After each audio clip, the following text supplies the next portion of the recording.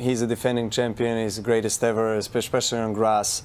It definitely is a shocker surprise, I mean, for everyone. But yeah, and especially because he always performs on such a high level when he needs to. Roger is Roger's the greatest, and Rafa. I mean, they've both had renaissances. One won the Australian, the other French. It's incredible. I mean, I look at these guys. I mean, I admire Roger, but the way he's done it, how much he loves it, it's what I really respect. You know what he did for tennis, it's unbelievable. You know, and what he's been winning, and I mean, up to this point, you know, the greatest player ever played the game. I think Federer was a guy that came in and just really took the game light years ahead. He's the most complete tennis player that I've ever seen. He has every single shot in the book. To me, he's the best that's ever played the game. He does things with grace, he does it with class, and he does it with incredible efficiency. 20 Grand Slam titles, a record 8-time Wimbledon champion, 103 ATP men's singles titles and 369 Grand Slam matches won with a win percentage of 86%. These numbers are insane and unprecedented. But the things that make Roger Federer great are the way he played the game, the moments he had on the court, and the impact he had on the tennis world. Here is one such instance of grit and perseverance that cemented his legacy as one of the greatest of all time. Federer first broke into the tennis scene as an 18-year-old sensation after defeating Pete Sampras in the 4th round of the Wimbledon 2001. He really became a star after winning the 2003 Wimbledon. He became the world number 1 after winning the 2004 Australian Open. This signaled the beginning of his prime. His elegant one-handed backhand, unique yet unmatched style of play made him a fan favorite all over the world. He even won the Wimbledon and the US Open in 2004.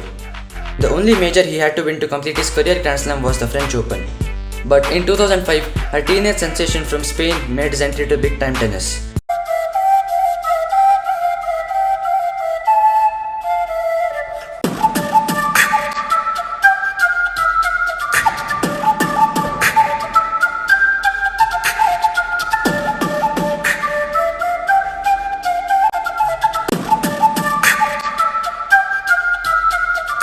Nadal shocked the world and won the French Open that year. From 2005 to 2007, Federer won 8 Grand Slams, but in this time period he won 0 French Opens as Nadal just looked invincible on clay. Despite winning the US Open in 2008, it was a tough year for Federer. He lost 2 Grand Slam finals to Nadal and was dethroned as the world number 1 after 4.5 years of domination. He lost another heartbreaking final against Nadal in the 2009 Australian Open after 5 sets. He even broke down after the match. It seemed as though he was mentally finished, but then came the Madrid Open. He upset the odds by defeating Nadal in the final to win the tournament. This was a great confidence booster for him, and he hoped that this would translate into French Open success. There was a huge upset in the Roland Garros as Nadal lost to Robin Soderling in the 4th round.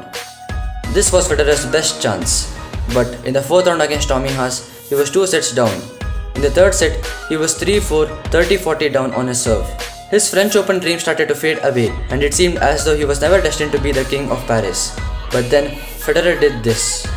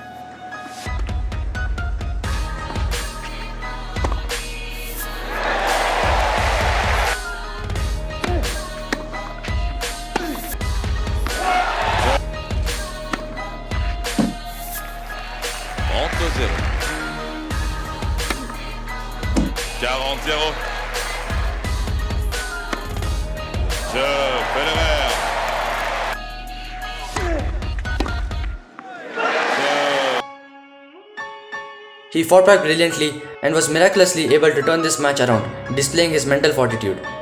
This was the win that not only saved his dream but also made it much more possible as his confidence was high. The quarterfinals was relatively easy as he beat Monfils in straight sets. In the semi-finals, he was up against the Argentinian sledgehammer Juan Martín del Potro. After 3 sets, Federer was 2-1 down. This was worse for him as he lost the third set 6-2 and the momentum was on Del Potro's side. But he didn't give up and won the fourth set in dominating fashion. The fifth set was also relatively nerve-wracking. Roger was leading 3-1, but Del Potro was able to make a comeback. From this moment, Federer pulls himself up again and breaks him, which completed an incredible comeback.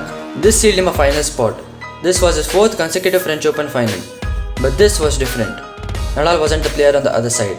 Instead, it was the guy who beat him, Robin Soderling. Federer was also playing his best tennis on clay he had ever played. He won the first set with ease. The second set was a bit tricky, but he managed to win the tie break 7-1. He was sailing smoothly, and then in the third set, the moment the tennis world was waiting for finally arrived.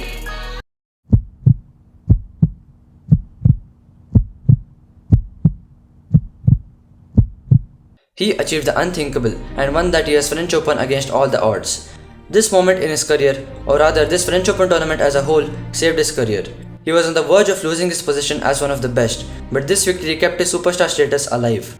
From then on, he won 6 more Grand Slam titles and regained his world #1 spot for a brief time period. He entertained tennis fans with his poise and brilliance for another decade and called it quits after this year's Laver Cup.